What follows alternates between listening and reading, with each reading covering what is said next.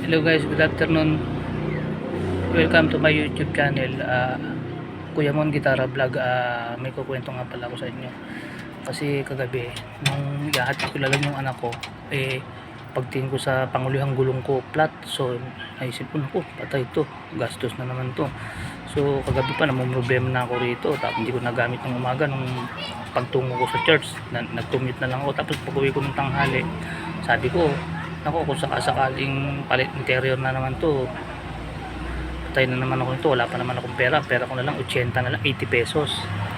Kaya sabi ko, pagka manghihiram lang ako muna sa asawa ko ng mga 100 kasi ang alam ko ang interior mga nasa 150 o 180. Siyempre raraning flat ko to pagka dinala ko sa vulcanizing dahil nandito ko sa bahay. Kaya pangkaraniwan na nangyayari yun pag niraning flat mo, sira na interior mo nun. So inaasahan ko na yun, ganun na magiging gastos ko, mga 180. Yung bayad pa sa gagawa, siyempre abutan mo yung kahit paano, kahit 20 dahil bubulkanize, ikakabit niya yung interior sa loob. Dinala ko ngayong hapon sa dito kay Joel. Kaya salamat na lang sa Diyos, buti na lang po mga guys. Alam niyo kung ano nangyari. Yung lang daw, lumikulan daw yung pito. Walang vulcanize na nangyari. Sabi ko pang ganyan, sana Joel vulcanize lang, no, hindi palit interior sana. Alam mo, lalong mas maganda nangyari, hindi lang vulcanize, lumikulan daw yung pito, kaya walang gastos, pinantay niya lang sa butas. Ganun pala nangyayari minsan. Sabi ko, Joel, ano ba yung nagiging dahilan ba't minsan lumiliko ang pito? Kasi minsan niya pag na-overload ka, kaya susunod yan, mag-ingat ka sa overload. Kasi pag na-overload ka na overload, yung pinakapito niyan yung mabubutas, parang hihiwalay dun sa kinakabitan niyang interior. Kasi pag kumuha ko ng soft drinks, minsan kukuha ko ng 5 family size, tapos kakargahan ko ng 5 maliit, na overload pala, nabibigatan masyado yung yun ang sabi niya. Sabi ko, tama, gagawin ko na lang pala 2 hakot pag kumukuha ko ng soft drinks para hindi bibigla. Sabi ko, salamat sa Diyos, ganun lang gastos. Alam niyo, sa tuwa ko, inabutan ko actually, kung mag-abot lang ako dun pag nagpapavulcanize doon, 20 lang, iba kasi 10 lang binibigay, ako binibigay ko 20. Kanina sa tuwa ko, salamat ko siyempre sa Diyos, inabutan ko siya ng 50 kasi laki ng natipid ko. Isipin mo kung ano yun, palit interior na naman ako, 180. Sabi ko, saan kukunin yun? Magpapagasolina pa siyempre ko, ang pera ko 80 na lang. Kaya ang balo nga, manghihiram na lang muna ako sa asawa ko, pagkabayad na lang. Kasi actually po, inaabutan ako ng mama ko pagka nagbabayad sa kanya, nangungupahan sa kanya, inaabot-abutan niya ako kahit pa paano. Sabi ko, uutang lang sa mama ko. Ang masakla po nito, ang bayad talaga nung nangungupahan na yun, tuwing katapusan, nakiusap, tong adjust na lang daw. Siyempre pinagbigyan naman ng mama ko. Di ba adjust ngayon? Ngayon naman ang sinasabi niya, bukas pa raw ma-approve ang sweldo nila dahil manggagaling pa raw sa global sa Pasay. Kaya sabi ko, hayaan mo na, talagang ganun wala tayong magagawa. Siyempre kawawa din naman, wala siyang pera talaga. Ako nga rin, wala rin akong pera, di ba? Pareho lang kami. Hayaan mo siya kung talagang wala pa. Kaya sabi ko, naku, patay, mangungutang na lang muna ako sa iyo kung sakasakali, dahil hindi pa pala ako hindi pa ako kay mama. Sige, sabi ko, bala ko mangutang ng 100.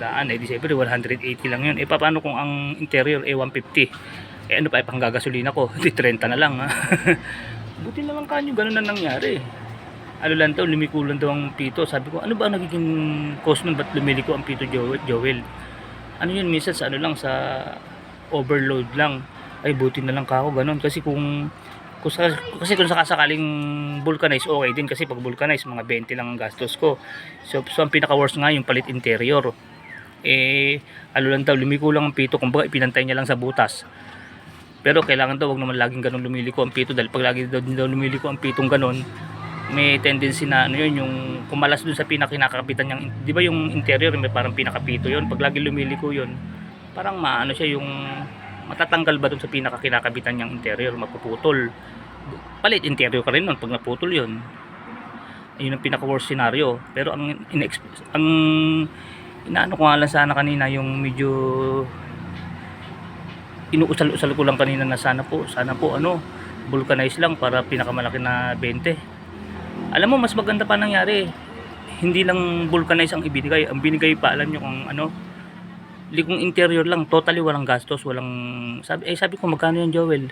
Sige, bahala ka na, wala naman tayong ginawa. Pinantay ko lang naman ikaw yung niyan, yung pinakapito. itinapat niya ng pantay sa butas nung pinaka yung sa pinaka ano yung tawag doon yung sa rim ng tricycle, ipinantay niya, di ba may nilulusot ang butas yon. O sige, bahala ka na eh. Wala naman tayong ginawa. Mabait din kasi yung nag-ano yun. Kaya doon ako lagi nag-ano eh. Lagi ako nakakatapat ng mga ganong mga ano yun. Mga ayos na tao. Kaya nga sabi ng ano, maging maawain ka rin sa kapwa mo para kaawaan ka rin. Yan ang sinasabi ng Diyos lagi eh. Yun, ganun. Eh, siyempre sa tuwa ko sa Kanya. Maraming salamat sa Diyos. Sa tuwa ko.